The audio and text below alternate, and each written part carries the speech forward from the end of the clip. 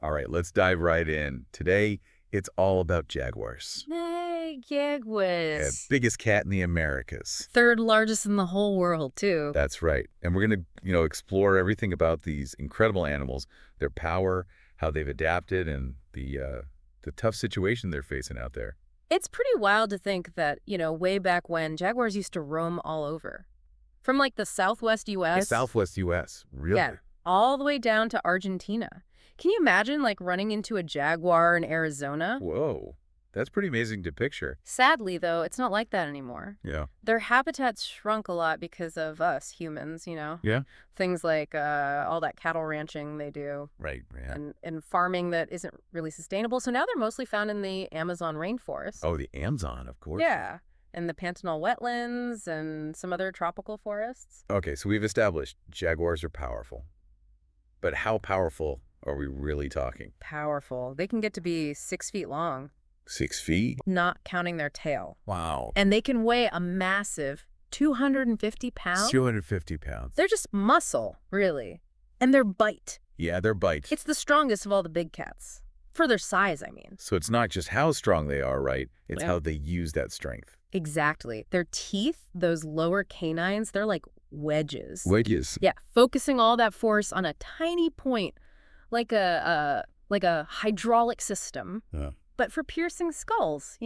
Intense. It's a good thing they're on our side. Well, about that. So with a bite that powerful, I mean, what do they even eat? Well, jaguars are apex predators. Apex predators. They're right at the top of the food chain. Makes sense. And they're not picky eaters either. Over 85 different species. 85. That's incredible. Mammals, birds, reptiles, even fish. Hold on. Fish. They actually love the water. They're great swimmers, unlike most big cats. Huh. I didn't know that. You've probably heard stories about them taking down anacondas, right? Anacondas. Yeah, Those giant snakes. those are the ones. Wow. So what does that mean for the whole ecosystem, having such a powerful predator around? It means a lot, actually. They keep things in balance. Without them, some animals would just, Take over. exactly, overgrazing, things getting out of whack. It affects the whole environment. Right, because they're keeping those populations in check. Exactly. It's called a trophic cascade. One thing impacts everything else. Right, the Yeah. trophic cascade. So it's like a ripple effect. Exactly. The whole food web can change if a predator like the jaguar disappears. Too many herbivores, overgrazing, and eventually the whole ecosystem suffers. So protecting these jaguars, Mm. it's not just about them, is it?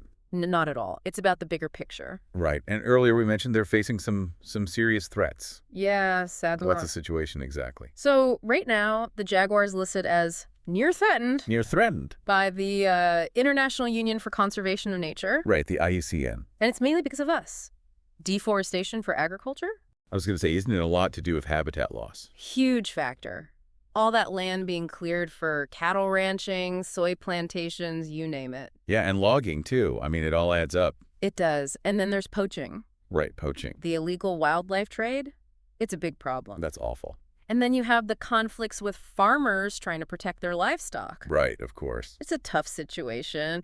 And when habitats are fragmented, it's even easier for poachers to get to them. It's a real balancing act, isn't it? Hmm. Protecting these animals while, people need to make a living too. It is. But there are some amazing people out there trying to find solutions. That's good to hear. Tell me about some of those solutions. Well, there are groups like Panthera and the WWF. They're working hard. Panthera and the WWF They're working with governments, local communities, everyone really. to protect the jaguar's habitat. Exactly. And they're pushing for tougher laws against poaching. Yeah, that makes sense. Plus, they're helping farmers find ways to protect their animals without, harming the jaguars. Oh, that's smart. One of the big things they're doing is creating wildlife corridors. Wildlife corridors, what are those? Basically, they connect these fragmented habitats. So jaguars can move around, find mates, keep their gene pool healthy. Oh, like bridges between the different areas? Yeah, exactly. And education is a huge part of it, too. Education. Yeah, you have to teach people why jaguars are important, show them how we can all live together peacefully. It's so inspiring to see people so dedicated to this cause. It is, and it really drives home how connected we are to the natural world. What happens to these jaguars affects all of us. Absolutely. I mean, when you think about it, the jaguar with that powerful bite, you might think they're just these scary, lonely animals. Yeah, you might think that. But when you see them in their natural habitat, I mean, they're graceful, powerful, intelligent. They are. It really makes you think about, how amazing and delicate nature is. You said it. So this deep dive, it's been really eye-opening.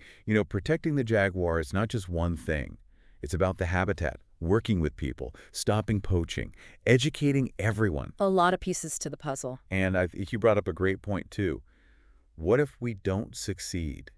What happens to the whole ecosystem then? That's something to think about, isn't it? It really is.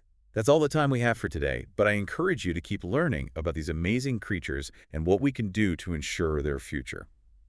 Thanks for joining us for another deep dive. It's been a pleasure.